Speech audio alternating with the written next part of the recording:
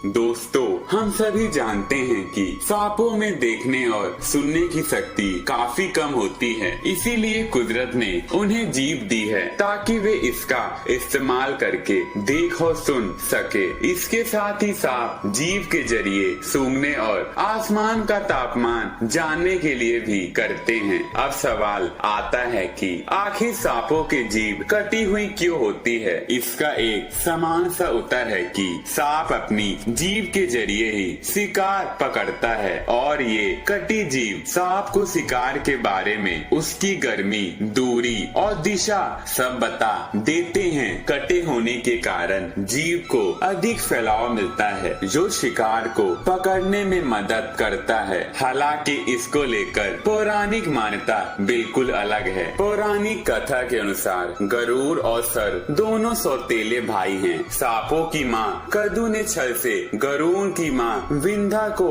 अपनी दासी बना लिया था। इसके बाद सांपों ने गरुड़ से कहा था कि यदि वे स्वर्ग से उसके लिए अमृत लेकर आए तो उसकी माँ को दास्ता से मुक्ति कर दिया जाएगा। तब गरुड़ ने अपनी माँ को मुक्त करने के लिए स्वर्गलोक पर आक्रमण कर दिया और सभी देवताओं को हराकर अमृत हासिल कर लिया। गरुड़ का पराक्रम देखकर भगवान विष्णु बहुत प्रसन्न हुए और उसके बाद इन्होंने गरुड़ को अपना वाहन बना लिया। उधर गरुड़ से युद्ध करते हुए इंद्रदेव मूर्छित हो गए थे और जब उनकी मूर्छा टूटी तो इन्होंने गरुड़ को अमृत कलश ले जाते देख लिया और उनका पीछा करना शुरू कर दिया। इंद्र ने गरुड़ पर अपने वज्र से प्रहार कर दिया, लेकिन भगवान विष्णु से अमृता का वरदान प्राप्त कर चुके गरुड़ को कुछ भी नहीं हुआ। यह देखकर इंद्रदेव बहुत चिंतित हो गए और गरुड़ से बोले,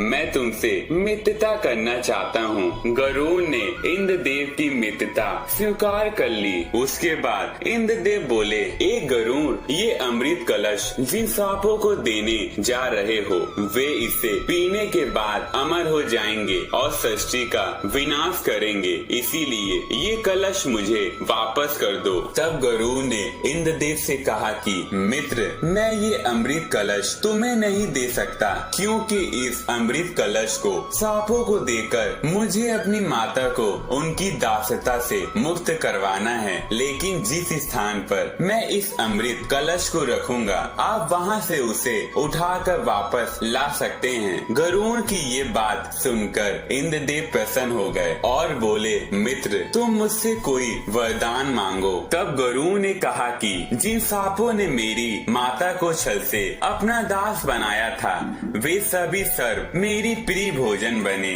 देवराज इंद्र से पाने के बाद गरुड़ अमृत का कलश लेकर सांपों के पास गए और सांपों से कहा कि मैं तुम्हारे लिए अमृत लेकर आया हूँ, अब मेरी माता को दास्ता से मुक्त कर दो। सांप गरुड़ के हाथ में अमृत देखकर खुश हो गए और कहा कि आज से तुम्हारी माँ मुक्त है। बाद गरुड़ ने अमृत को कुश के बने आसन पर रख दिया और सांपों से कहा कि तुम लोग पवित्र हो, अमृत पियो। ये कहकर वे अपनी माता को लेकर वहाँ से चले गए। उसके बाद सभी सांपों ने विचार किया कि गरुड़ ने ऐसा क्यों कहा कि पवित्र हो, अमृत पियो। इसका मतलब हमें पहले स्नान कर पवित्र हो जाना चाहिए। इसके बाद सभी सांप स्नान करने चले गए। इसी बीच घात लगाकर बैठे देवराज इंद्र अमृत कलश को लेकर स्वर्गलोक चले गए। उधर जब सांप स्नान कर अमृत पीने के लिए आए तो